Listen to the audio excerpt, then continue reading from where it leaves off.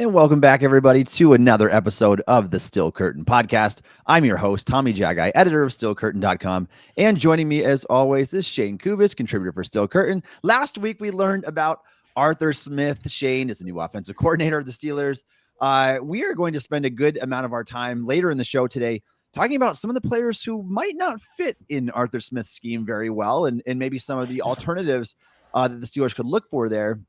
Also, there might be a window of opportunity now officially opened for the Justin Fields trade to happen. We're going to explore that, and I want to get your thoughts on that, Shayne. Let's start with some of the things happening this week. Frisman Jackson is out as Pittsburgh's wide receiver coach. Had a 2-year stint there. Before that, it was 2 years by Hilliard.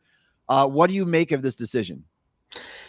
My problem with it is, like, it's hard to evaluate these receivers, and it's not so much that I think it's like a bad move to move on to someone else, but these receivers, one, are like, especially Deontay's kind of already developed as a player. It's just that he has his quirks about him that can make him a little bit frustrating at times. And plus, the injuries have been an issue this year. Obviously, two were an issue this year.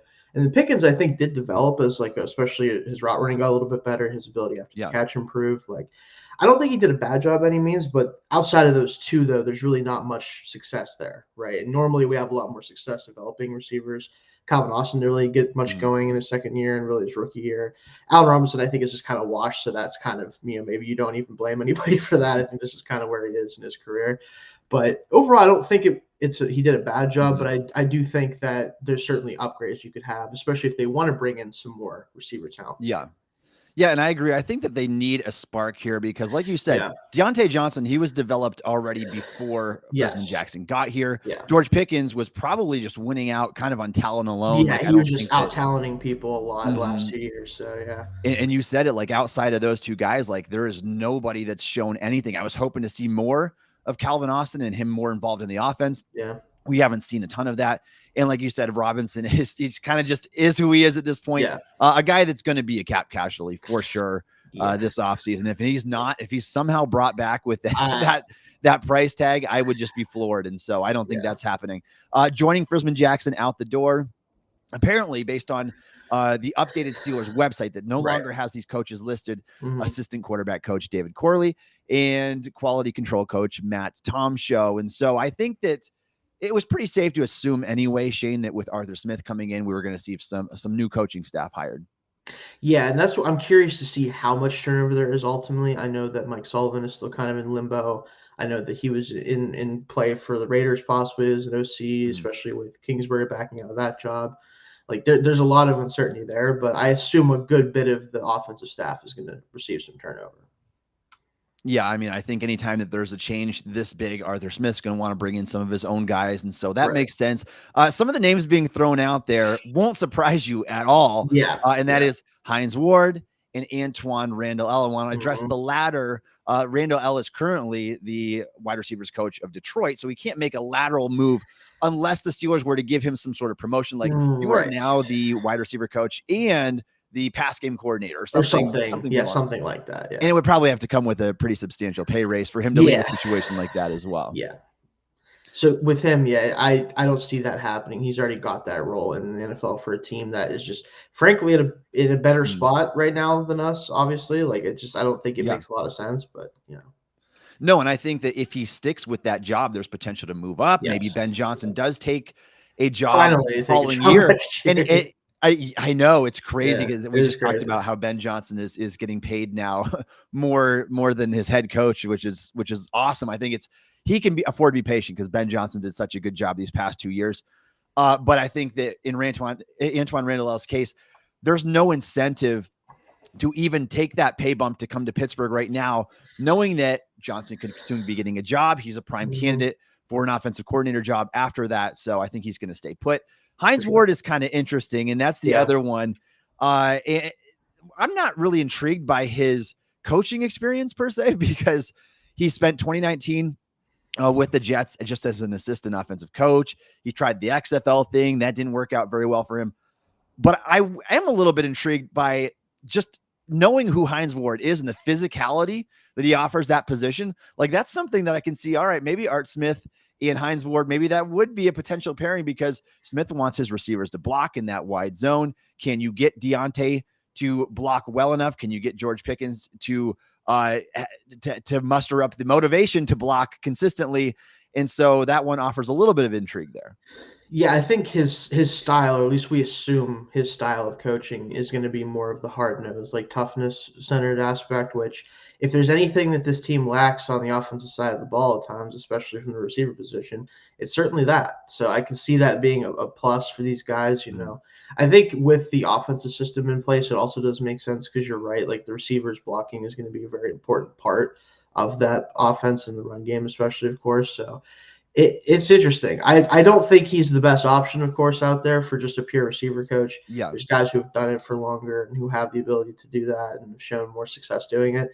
But of course, if he's available, everyone's going to want them to look into it. So yeah, and that's the thing is you got to weigh the resume as well. I mean, Ward has been out of football for this long and just has a very small track record as a coach with very limited NFL coaching experience, and so that has to be considered as well. Regardless of how physical he was when he played, I do think he would bring some of that element with him. For sure. Shayne, I want to talk about the Senior Bowl for a little bit because I said last week that we would kind of rehash some of the things that went down. I don't care honestly as much about the game itself. Like I think it's just the script is so vanilla and everything that performances in the game, they don't mean as much as what they do during the week. And I think that the Senior Bowl is just such a big off-season event in preparation for the NFL draft, which is obviously can be a big turning point for teams. When we look at the Senior Bowl and you scouted these players over this past week, who were some of the guys that stood out to you that the Steelers might be able to target? I think there's two guys that stand out to me that would be potential targets, specifically at our first pick, right? And I wouldn't have said the first guy coming into this week just because between like position and the fact that, we need it desperately, but there's more important offensive line position we need. But Jackson Powers-Johnson was just dominant. Yes. He was different. In a week where, give credit to the entire offensive line group, like most of them were phenomenal, right? Or at least showed something where you're like, okay, I understand the hype behind this guy. He was still clearly the best one there. And doing that as a 330-pound center who also has guard versatility. Not that we exactly need guard help right now, of course, but good to know you can do it. He's in play at 20. And I think he's in play in the 20s for a lot of teams, right? Because a lot of teams in that range, like the Dolphins may need center really badly because Connor Williams might be gone. Like they just need interior help in general anyway. Like I don't see him. There was a point where we were talking about, could him or Frazier or whoever be in the second round. That conversation is over. It's not. It's probably already was over. We just didn't know it until we saw it in the Senior Bowl. But he's got to be one that you look at. And then Quinyon Mitchell out of Toledo. This guy, like the thing about him, and I wasn't looking at him as a Steelers target because of the way he played in college. He's very much that off coverage zone, like read the quarterback, jump the players because he's an elite athlete, like legitimately like 4.3 speed type of athlete. But his ability to lock down guys in one-on-ones. Like one-on-one, you're not supposed to win as a DB. Like, let's be honest. Like, if you win 50% of your reps as a DB, and the one-on-ones, you were doing an insane job. He was winning more often than not. So, like, I think some people had him at like a 70-80% win rate in the one-on-ones. Disgusting, right? Like, you just cannot – you can't account – like, you have to factor that in when you're talking about a guy who can clearly man you up if he needs to. He just didn't need to at Toledo, right? So, it was more so not a can't do it but didn't have to do it type of deal with him. Yeah, I was enthralled by what Quinyon Mitchell was able to do. Those drills obviously favor the wide receiver. I mean, you are one-on-one. There's so much open field, and receivers take advantage of that with like the in-breaking routes. It's kind of cheating because they don't have any linebacker or safety help inside. And so, but even with that, like even on those routes, Mitchell was awesome. And so that one would be really interesting, and it would go against trend, Shayne, in terms of not the Steelers they don't draft non-power 5 players in the first round. However, we do have a new front office heads in Omar Khan and Andy Weidel. And so I would wonder if they'd be a little bit more willing to kind of break that trend that Colbert and Mike Tomlin held for so long. But I think that he's about to go in that range now. And it would be an interesting selection for sure. He had an awesome Senior Bowl week. And then Jackson Powers-Johnson, this guy, it was so good on tape. Like, just doesn't lose a rep. And anytime you can get like a 334-pound center, 6'3", he's a good athlete too. That's the thing about it. He moves well for his size. He carries his weight well. He's got that big square frame, and so he's not going to be a guy that, I mean, the biggest weakness of the center position since Pouncey's retirement has been Kendrick Green and Mason Cole getting steamrolled. This is not going to happen to him. If he loses, it'll be because a guy gets around him or something, which is hard to do when you're on the interior offensive line. And so I'm very intrigued by him as a prospect. Another guy who wasn't there is Graham Barton, who I expect to kick in and potentially be an NFL center. And he would be the other one that could potentially be that guy competing for him with Jackson Powers Johnson to be the first interior offensive lineman taken in the draft. And so I'll do a deeper dive into their tape. I've went through all the tackles, and I definitely share my thoughts at that at some point, but we'll save that for a different show. Yeah. They were awesome. I thought a couple of the receivers stood out. Roman Wilson was great as expected. Ladd McConkey, just his an innate ability to create separation and kind of Deontay Johnson like that way where he can just win in every single route. And so definitely some guys the Steelers have had their eyes on. I know that Tomlin met with several of those guys. He met with some of the quarterbacks even. He talked to Spencer Rattler and Bo Nix. And so, and just to rehash really quickly, like this quarterback group was not as impressive as we thought they would have been on paper. I thought that Rattler was the best of the group for sure. And then there was a significant drop off, and Bo Nix and Michael Penix were a little bit disappointing. Again, they're playing with different guys. It's a different scenario. So we can't wait into it too heavily, but it wasn't the encouraging sign that we wanted to see from them anymore. One loser, Shayne, that I have was Kalen King, the Penn State cornerback. Unfortunately, yes, a nightmare. And I kind of hope the Steelers like cross him off the board until like day 3, at least at this point, because that was really rough what he showed there during Senior Bowl week. Yeah, he had a rough go of it for sure. Like of all the players that played a significant amount and got a lot of practice reps, like he might have had the toughest week. It was just, I mean, I think it was Devontae Walker called him out at one point, one-on-ones, and just absolutely dusted him. Like, and it's tough because he was honestly, I mean, last year when Joey came out, like there was people arguing about whether the King might actually be the best corner on that roster, and he just couldn't come out till this year. And then he had a rough game against Ohio State, and things kind of just fell off from there. And my problem with him, I just think he plays too scared. I legitimately think he just doesn't trust his tools as an athlete and allow them to win or lose for him. Like I think he's too hesitant to give himself and put himself in those positions to be aggressive. And until he figures that out or gets that edge back, I don't think he's going to be, like you said, maybe not even a day 2 pick, right? Because you can't take a guy that's playing this poorly and hope that he could figure it out unless you see something to suggest he's done it. Yeah, and I think that those are the things that we look for at the Senior Bowls, like who separates themselves, like the men from the boys here. And he would have been wise to not participate this year. I think if it was going to be this bad, for sure. Yeah. And others, though, like we said, Jackson Powers Johnson, Quinion Mitchell. I thought some of the tackles did really good. Fuaga from Oregon State, Tyler Guyton flashed at times, a little bit up and down, but there were definitely some guys who solidified their status like in that first round range now for sure. And I'm sure the Steelers will have interest in plenty of those guys who were there in mobile. For sure. All right. Anything else you want to share on that, Shayne? I mean, there's some other guys like Devontae Walker could not catch the football for some reason. He could not catch. I mean, he was getting open. He was showing up. He was, yeah. Just and the hands weren't like a huge issue for me.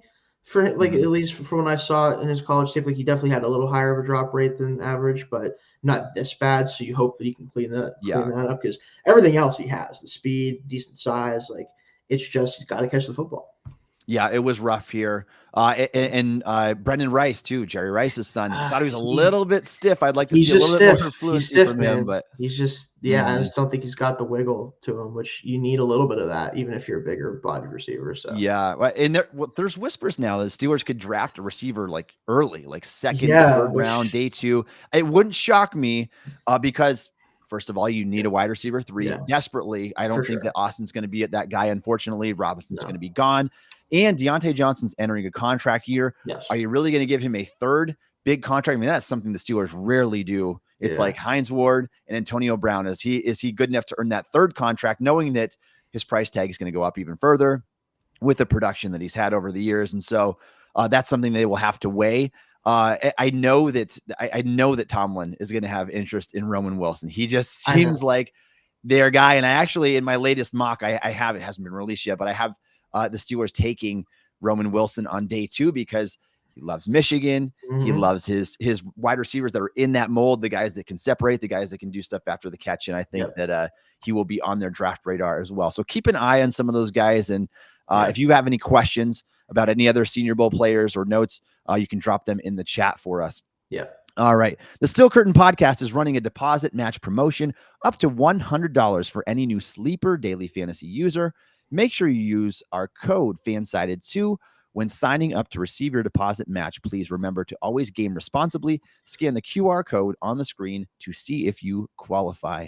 All right, let's move on to our first big discussion topic of the day, Shayne, and that is the Justin Fields trade rumor swirling once again. And I think this stemmed, though, because of Art Rooney's comments he recently made to Bob Pompiani of KDK TV, where Bob asked him, came right out and asked him, like, are you open to the idea of trading? I'm trading for a quarterback. I'm paraphrasing, of course. And Rooney did not at all close the door on that. He said that they're leaving the door open for everything, which makes me think that it's that could be on the table at the right price. And Pompiani did use that language, at the right price. And so I think that's what it's going to come down to, Shayne, the likelihood of a Justin Fields trade. And that really is the one out there. I mean, there's other quarterbacks that you could theoretically trade for. This is the big one that is projected to be on the market because the Chicago Bears have the first pick in the draft.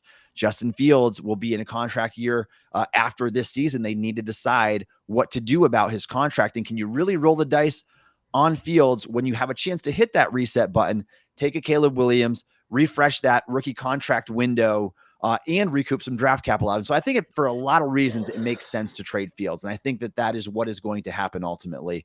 Are you there as well for what the Bears are going to do? I am. I will say there's been a lot of rumblings with the way that the Commanders have gone about business, bringing Kingsbury as the offensive coordinator, especially missing out on Ben Johnson. Like, there's been some heavy talks about them trying to offer something kind of ridiculous to the Bears to go up a spot and get Williams. Now, I think if that happens, if I'm the Bears, as much as I think May, and I have finished the top 6 quarterbacks for my evaluation, like the consensus top 6, I don't think May is that far off of Williams in terms of like his overall level of play right now. I do think Williams has a pretty higher, like a significantly higher ceiling, but I do think May would be an upgrade overall in Fields. But is it a big enough upgrade where you aren't willing to go either take Marvin Harrison, right? Just pair him with DJ Moore, or do you trade down again and get even more picks? Like, I think that would open up the door to that maybe not being what happens with Fields. But as of right now, as we sit here, I don't expect the Bears to do that. I do think that ultimately they're going to move him to somewhere for like a day 2 pick. And we'll talk about, what the compensation would actually be, but it's going to be something along those lines. And they get some more assets back to help pair players with Williams then. Yeah. And I just can't imagine them passing on an opportunity like this, a franchise that has been historically horrible at the quarterback position. Like the last 30 years, like their best quarterback is Jay Cutler, probably. Yeah, right? pretty easily, actually, Jay Cutler. And like you could like Fields' level of play is still even a level above everyone besides him, probably. Yeah. But it's definitely like Cutler by a pretty wide margin, and that's not great. And maybe that would be the only thing that's enticing to them, Shayne, is to say like, all right, Fields, he's been a little bit up and down, but he's still been better than most of everybody else that we've had. Yeah. Yeah, I do think though that just the opportunity to kind of just hit that reset and move on while gaining some draft capital out of Fields, which they'll be able to do, is very enticing to them. And I think that's the direction they will ultimately go. Fields, we talked about, is that top trade target this year. And so if you are the Steelers, would you be willing to make a move for this? And now I will say the most recent thing that I've heard is they're probably going to be looking for a first round pick. I don't think anybody's going to bite on that. I think that a second rounder and potentially another future day 2, whether that be a future second round or a future third round pick thrown in with that, should be enough to get it done. And knowing if that is the price, would you be willing to jump on that if you were the Steelers?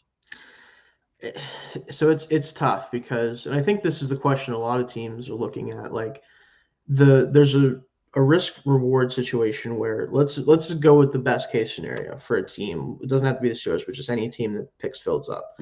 You trade day 2 capital, maybe day 3 capital as well. Maybe you throw in a player that maybe they're interested in or whatever. You get him on the team. Then you have to acclimate him right, to the offense. You have to make sure your offense can work with what he does well, which in our case, it would. I think Arthur Smith is probably, of the offensive coordinators currently, one of the 3 best for his skill set, right? Because his passing game is both fortunately and unfortunately pretty simple. Doesn't ask a ton from the quarterback in terms of making, complex decisions, making a bunch of different reads. Like, it is a relatively simple passing concepts with a lot of run game, and then you can incorporate him into that run game then, right? So that would be fine. But the best case scenario is you trade a decent amount of capital to a guy that you then have to hand a pretty sizable contract to, and you eliminate that window that teams normally have when they get a young quarterback in the building to win a Super Bowl while being able to spend money around that quarterback, right? So you lose that competitive advantage immediately, essentially. To me, the best case scenario in that situation is still probably not a good enough scenario to risk giving up draft picks to get a guy that might end up flaming out anyway, right? He might just not end up being on the team after a year.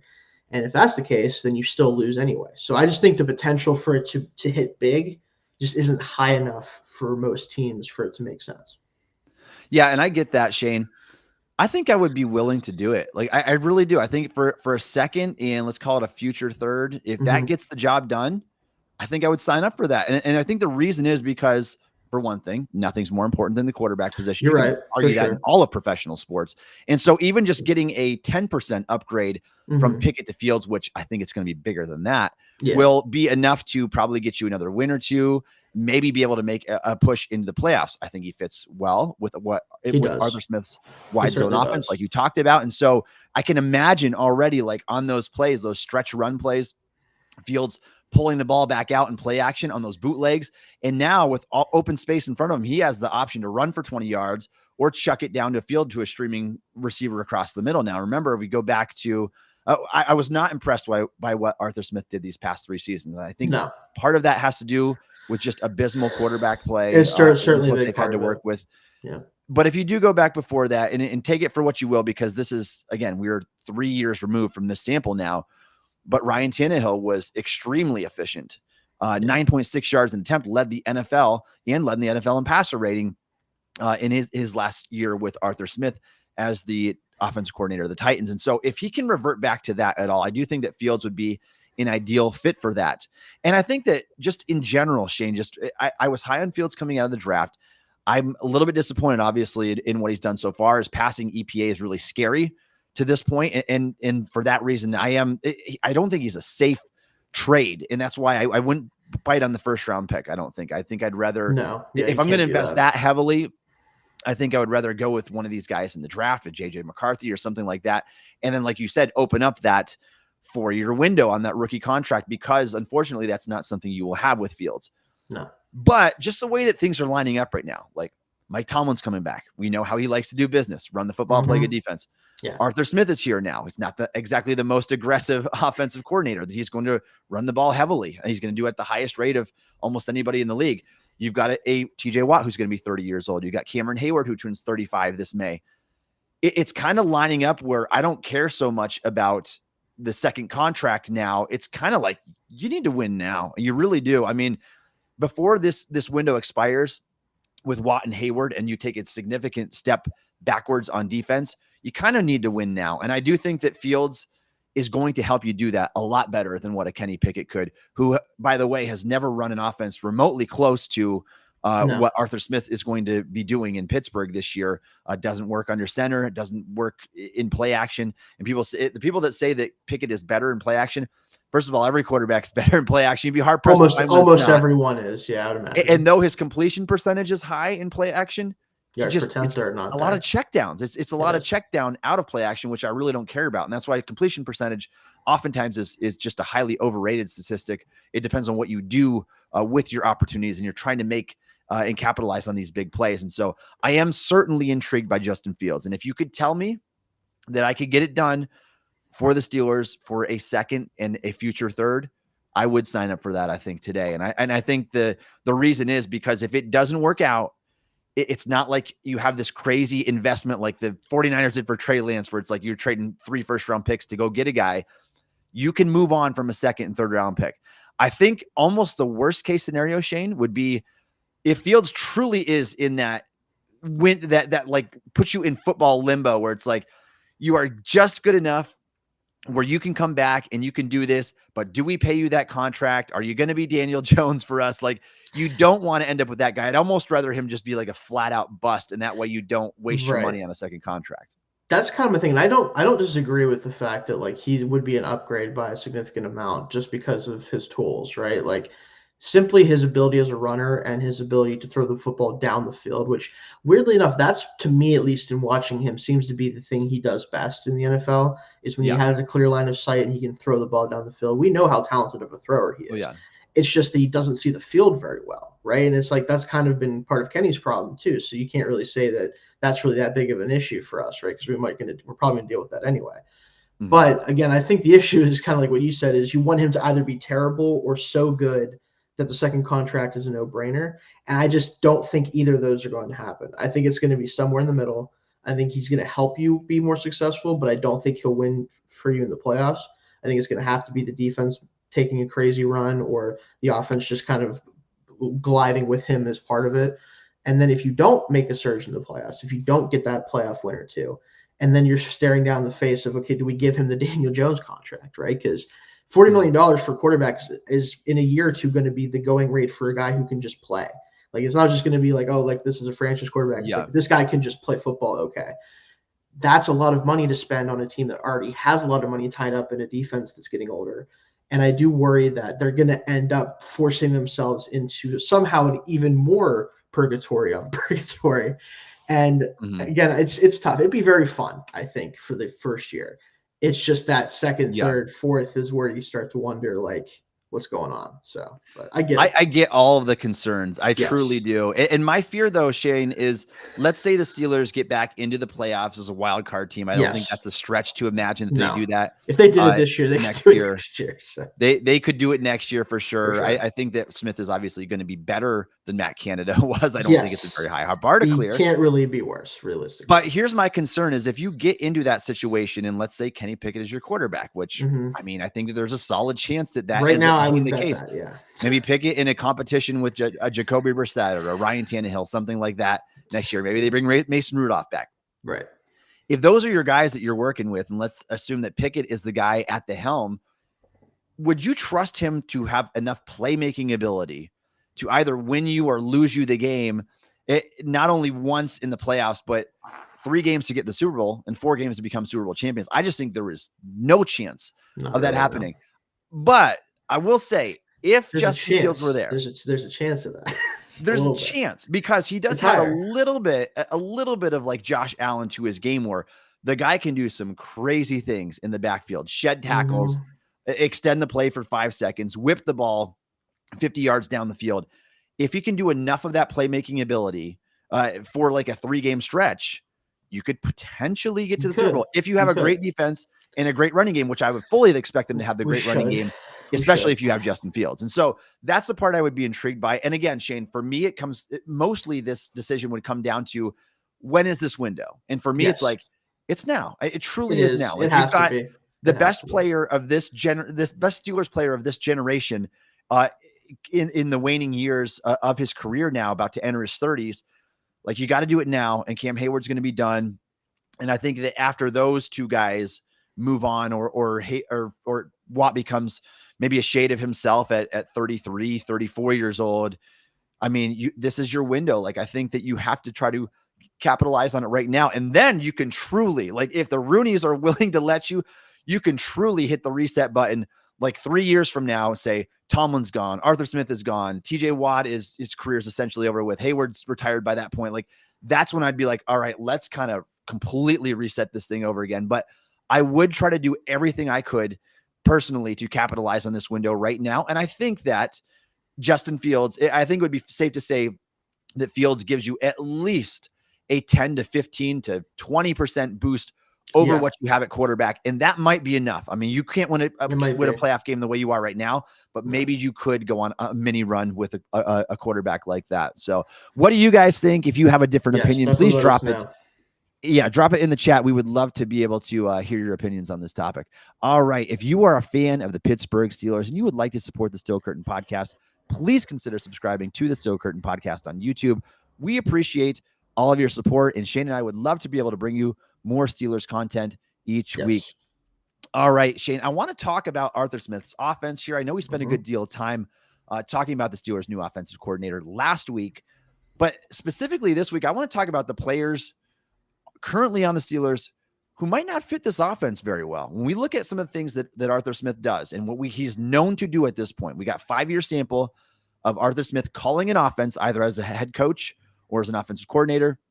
We know that he likes to pound the football, relentlessly pound the football. Yeah. He likes to run in zone and wide zone, something that is going to be a very different change for the Steelers. And that requires offensive linemen to move quickly, laterally on these stretch runs, and for the running back to get out in space and capitalize on potential cutback windows if the defense over pursues. That's part of the offense. We know he likes to do more play action. And that should, theoretically, that should help the Steelers in terms of their yards per attempt, which have been really lacking when Matt Canada throws everything to the sticks, or not to the sticks, but to the boundaries, and leads a receiver out of bounds and just offers no ability after the catch. I'm hoping some of this stuff goes up. Yeah. But knowing what Arthur Smith likes to do in his offense that includes more play action and more wide zone running, there are some players who I truly question now, do they fit with the program? Are they better off with what the Steelers did the last couple of years? And so I want to go through some of these names, Shayne. I wanted to get your thoughts on this. And if you have anybody else that you think that it doesn't fit as well, I want you to chime in with that. But I want to start with Najee Harris. This one is very concerning for me. And I think that I've been, again, the biggest Najee critic of them all. And I know a lot, I take it out on him. A lot of it's not his fault. It's just, you shouldn't draft running backs in the first round. It's simple as that. I mean, it's outside of Christian McCaffrey and Nick Chubb, who went in the second, you could argue that those are the only guys, and Derrick Henry, the only 3 guys over the last decade who deserve that first round pick status, because running backs are just typically pretty easy to find. And we saw that with Jaylen Warren. James Conner was awesome for the Steelers. He's awesome for the Cardinals. They only spent a 3rd round pick on him. I'm rambling at this point, but when we look at Najee and what he was able to do this past season, I think it was by far the best year of his career. I was very pleased with what he was able to do. But I think what makes Najee good is when he can get a hole on that offensive line and run through the A gap or the B gap and kind of build up that head of steam, he becomes that juggernaut where it's hard to bring him down. He'll throw a guy off of him. He'll get to the second level. I'm really concerned with the new style of offense. Now we're going to be doing a lot more lateral movement before you cut it uphill or back across the grain, like we've seen Derrick Henry do hundreds of times in that style of offense. Is this what's best for Najee? And Shayne, is there a chance that Najee takes a step backwards this year, knowing that that's going to be the game plan? So I think this one is really difficult for me, because if you look at his version of wide zone historically with Arthur Smith, there is a bit more of a physicality and power element to it than traditional Shanahan wide zone, right? Yes. So I think there's more potential for Najee to be able to fit it than, say, if he was with Shanahan, or if he was with even a McVay or someone like that. I think that would be a worse fit. But I do think if you want to maximize Najee, right, after a career year last year, he has to be willing to switch up some of the run calls that he's made and do a little bit more of the true power element, right? If he doesn't do that, I do think that he isn't a great fit then. He's a good enough fit. I think he's going to remain effective. But if you want the version you saw the last 8 games or so of Najee this past year, you're probably not going to get that in this offense if it stays the same. And the thing he has to understand is, yes, if you look at their height and weight, Henry and Harris are similar sizes, technically. They're not similar players, right? And I wonder if Arthur Smith is going to look at Najee and be like, man, it's a big, strong guy. I'm going to let him run to the outside and just run over people once he cuts up. It's that's not really his game, right? It just isn't. And so he certainly is the most questionable fit, I think, of the players on offense to me, at least the prominent players on offense, because of his style that he showed this year that worked for him, which was, again, the power, the gap ski, that type of stuff. That's what he still needs to be doing a lot of the time, in my opinion. We'll have to see if he is willing to do that. Yeah, and despite Najee's shockingly high explosive play rate this past year, I just don't think that he's going to be the guy that gets laterally fast enough. You need faster back. And like Henry is just inhuman that way, where he can just turn on the jets and blow past. He has a gear that guys his size just aren't supposed to have, right? Like that, and that's the biggest difference. Is like Najee has definitely some lateral quickness. It's that he doesn't get up to speed as fast as Henry, even though Henry does take some time to get up to speed. Once they do get up to their top speed, Henry has a significantly higher gear than him, right? It's just the truth of the matter. So unless Najee's going to start to slim down, kind of like take maybe a page out of Le'Veon Bell's playbook whenever he came here. Speaking of him, that's a whole other thing. Unless he's going to do that, I don't think he's, like you said, I don't think he's an immediately good fit for that. Yeah, and you talk about Bell. Bell is talking about making a comeback. I don't know, but I think that ship has sailed. I could care less, but good for him if he does. Yeah, I mean, it's something, a talking point, I guess. It's fun. Nothing more than that. The guy's 32 years old. He hasn't played football in 2 years. He burned his bridges with the Steelers. And bring him to camp. See what happens. Yeah. There we go. Yeah. But yeah, you hit it with Najee, and I just do question this fit, and it makes me wonder, like, how is he going to fit in here? Like, I can certainly see a scenario where if Arthur Smith sticks true to this and they do a lot of the wide zone stuff, I think it's going to be very evident that Jaylen Warren is just a better fit in this offense than Najee. And it's too bad for him and his career path, but, and I don't want to count any of my chickens before they hatch here, but I think that this has the potential to be kind of ugly and have him kind of take a step back the other way when he's coming off of his best season.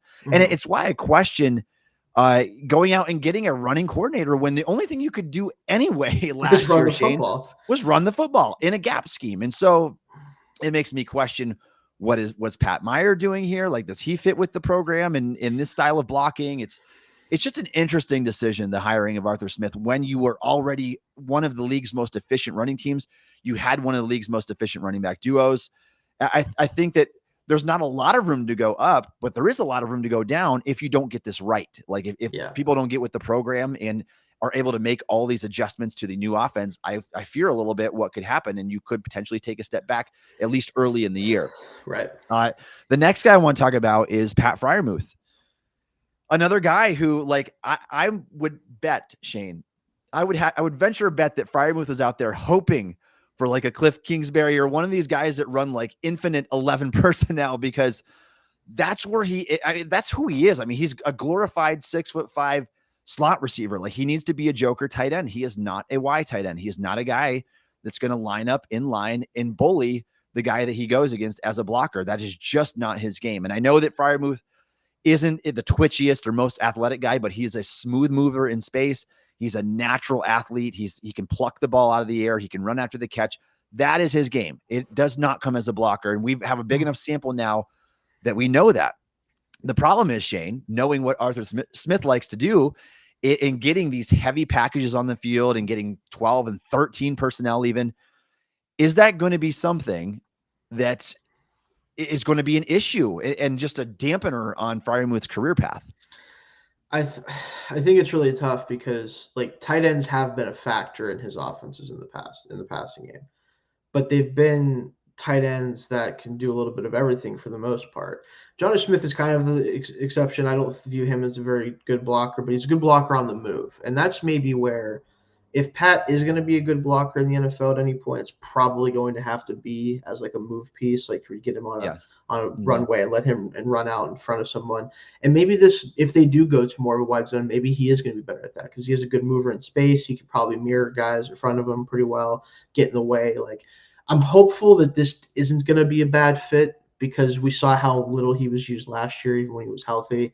I think his targets are certainly going to go up overall, even if the success in the run game might suffer a little bit from him being out there a lot. But I don't think Washington is complete enough of a tight end at this point to kind of supersede him in any way. So I think he's going to have to play a lot of end line, and it's just going to be how successful is he at it, especially as a blocker. Yeah, and everybody's been joking like, all right, get Washington's ready for Connor Hayward now. It's in the passing game at least, because it always seems like an Arthur Smith offense, like you use that H back all the time too. Yeah, it's interesting. But Washington, like I I think that guy's going to go the opposite direction. I think that this is great for Washington. It is good for him, especially. Yeah, I would say he is that mammoth, true inline blocking tight end, and so I think that again, he probably won't get a ton of work in the passing game, but I think he's going to thrive with what Arthur Smith wants to do. Yeah, but I've always seen Freiermuth as a guy that's like, all right, you're probably like a way better player, like on like a Chiefs offense or something than you would be here. Just like 11 personnel, wider splits on the offensive line, like more true pass sets. Like, I just don't think this is going to line up with his game at all, unless Arthur Smith is willing to maybe move him around and have him play some H-back or have him do some other stuff that excludes just being like an inline guy, because that is not where he thrives. I think we've seen that enough over the years. Yeah, for sure. Anything you want to get to here, Shayne? There's a quick chat we just got here. Realistic free agents you expect the team to be interested in. We will definitely get into that once we get into the offseason a little bit more. So stay tuned for that. We'll talk about that.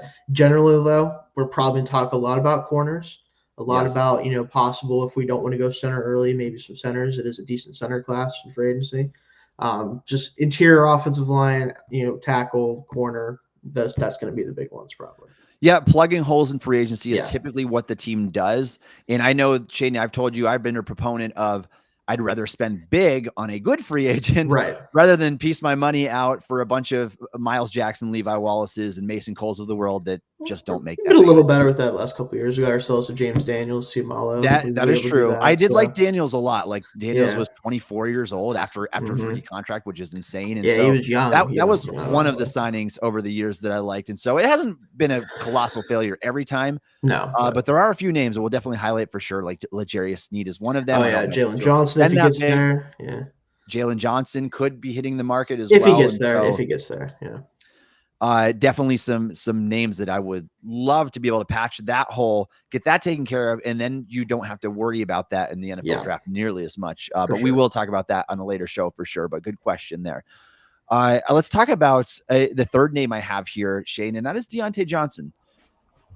This one I could feel like can go either way. I know that I think it's reasonable to say Deontay has probably already seen like the most targets in a season that he'll probably ever see in his career. Like, I mean, it's hard to top what he's done in the past for most players, let alone later in his career. It is. It's just, I mean, it's a high mark. Now that George Pickens is there, I mean, the Steelers are going to be running less of these true like 11. I mean, Arthur Smith worse in the league at 11 personnel, so that's not happening anymore. That's going to go way downhill for the Steelers, and so he does need his guys to be able to block, and even at the wide receiver position, because you run so much wide stuff. Is this going to be an issue for Deontay? Like, how do you see this one going with him? Because I can honestly see this either way, but I would venture a guess that this is actually going to be worse for Deontay's career path, where in the quick passing game, Deontay's a guy that can create quick separation. We know that he's been proven to be one of the best separators. Is that kind of going to negate some of the stuff that he does best, where just getting open quickly? I think the problem with him ultimately is that you have like with Pickens, you should have the kind of like, I like Pickens much more than this player, but the Corey Davis type, the bigger bodied athletic receiver that can get down the field, that type of stuff. What we don't have, when I'm focusing on the Titans years for him, because obviously that's more of an indication of what I think he wants to get back to or what he wants to do. You don't have the AJ Brown, right? That's kind of the receiver type that we don't have, that I think we need if his offense is going to be as effective as possible. We know Deontay can separate. We know he can get down the field. Like, I expect him to still be a good part of the offense, but I think a lot of the easy yards, right? Like you talked about, like the quick releases, the out routes to the sideline, the little curls he'll run on trying to get a guy to go vertical and then stop on a dime and get, like, I don't think we're going to see as much of that stuff. So he is going to have to make some more plays on crossers and stuff in the middle of the field. And I want to see that, but I also don't know if it's necessarily going to be his game, right? That's kind of the thing. And also we know after the catch, which is a huge part of a passing game like this, where it's simple concepts, you just want to get the ball to your guys. He's very hit or miss. Like, he has all the skills to be good after the catch, but sometimes, as we know, he likes to just decide to start running backwards for some reason, or he is a little loose with the ball or whatever. Like, I think Pickens is going to be in a good spot. We'll probably talk about him a little bit in our next thing, but yeah, I would say of the top two receivers, Johnson gives me the most pause with this offense. Yeah, it's Pickens is easier to see how he fits because at least he's got the frame and the ability. If he has the willingness to block and do that kind of stuff, I think that he fits that scheme better. But we talked about this. I mean, Arthur Smith just doesn't run 11 personnel. He runs the least amount of true pass sets, and it's the splits are ugly. Like when he gets back in those, and you're just out of 11 personnel running true pass sets, he's not good at it. And so just not his game. You wonder, and that's where Deontay is best, I think, because he can be that first read for Kenny Pickett or whoever the quarterback ends up being, and knowing that he's going to create that separation. And so I do wonder if his impact on the team overall is going to go down now that we have a new offensive coordinator. So that's something to definitely keep in mind. The flip side of thing here, Shayne, some players that should improve in this offense, and we'll just name a couple. I've already named one in Darnell Washington. I think that this is the type of team that Darnell needed to be on from the get-go. Really, I think that that's how he thrived. It's not exactly like his offense at Georgia, but he's going to play a lot of inline stuff that he already did. But I think it's going to work better when you're not doing this out of Matt Canada's offense, so to speak. And so I think that this is going to help him take that next step. He was very up or down, very inconsistent, even getting out in space as a blocker. I don't think he'll have to do quite as much of that this year. But is there anybody else on this offense do you think is going to be better in Arthur Smith's scheme than the guys that we just mentioned? So I'm going to say better for Jaylen Warren, even though Warren has already been phenomenal in terms of his yards per carry and everything. I think this is just like, as much as he has the toughness and he was really good as a power runner, like, just I could see a cutback coming from him and him just explode up the field and have some more explosive plays. Like, I think his overall production and like yards per attempt and all that stuff might not be that different, but I think you'll get more big explosive plays out of him. And maybe you won't have to run him as many times, for example, or even, maybe he does get more carries because he just ends up being a better fit. Like, he should be better. It's just when you're already as good as he's been, it's like, how much better is he actually going to be? But I do think the scheme fit definitely helps him. You look at a guy like, I think Broderick Jones as a run blocker in a wide zone scheme where he can get on running and out running and run over guys. Like, his athleticism should shine in this type of blocking scheme. Like, he has the power too. I mean, it's not like he was bad for us as a run blocker this year, but you get him on a runway out in the middle of the field, like, good luck if you're a safety or a linebacker trying to deal with him. So like, he should improve as well. Like, I think really on the offensive line, amongst guys I expect to be there, the only guy that might not be a great fit is Ciamala, just because he's more of that kind of mauler type. But I don't think he's so poor of an athlete that he can't run this scheme necessarily. So, and Daniel should definitely like this scheme too. So really, for the most part, like, there's not as many guys who I'm worried about as I'm excited for. It's just, again, the fact that they chose to go for the running game aspect of things more so than the passing game, at least in terms of developing a passing game. Like, the passing game will be better just by default, but like, the fact that it's not in that direction does still just sting a little bit, honestly. Exactly, and I agree with that. And you mentioned Broderick. That was one of the names that I wanted to bring up. I think this guy is going to enjoy getting out in space and running people over. So destroying certainly doesn't lack the foot quickness or athletic ability to move laterally like that and block. Another one I might mention even is James Daniels. Like, he's not a mauling run blocker. No, he's really more. But he's a good athlete with quick feet, and I think that he could get out and do the reach block stuff really well. And so I'm interested to see how it works out overall. Obviously, I would expect that we have a new center and a new left tackle potentially, unless Broderick is that guy, and new right tackle, depending on. I want it to be a left tackle Broderick Jones, but if it's not, at least if we get a left tackle, I'm okay with it. But it's now, and I will say in Arthur Smith's offense particularly, I can see Jones sticking at right tackle. Honestly, now I think he'd be fine. I think they're going to like what he can do in the running game. But I agree with you. I think that, and for me, it kind of depends on the situation. Like, who are you bringing in? If it is like a J.C. Latham or an Amarius Mims in the first round of the draft, like left tackle, I think that for sure Broderick's going back to left. But depending on the fit, who they get across from him, that can kind of make an impact there, which direction they go. We're going to break down plenty more of this. Is there anything else that you wanted to add to today's show, Shayne, before we sign off here? No, so it's obviously the Super Bowl week coming up. A lot of focuses on that, so not a lot of Steelers stuff. But in general, we're going to be here every week. We're going to be getting stuff done. We'll hopefully have more content to work around. I might be able to mix in the second show every so often, but Definitely come back every week. We'll have more stuff. The chat about free agent news, that will definitely be a thing that we talk about plenty. We'll do a primer, of course. I'm sure it's for some, in some capacity as we get closer to that. And obviously plenty of draft stuff is going to be coming out here soon. So. Yeah, absolutely. And Shayne, I mean, I am going to put you on the spot for one more thing. And this was not on the agenda today. All right. But I want your Super Bowl prediction. Oh, right. Who do you think's going to win this thing?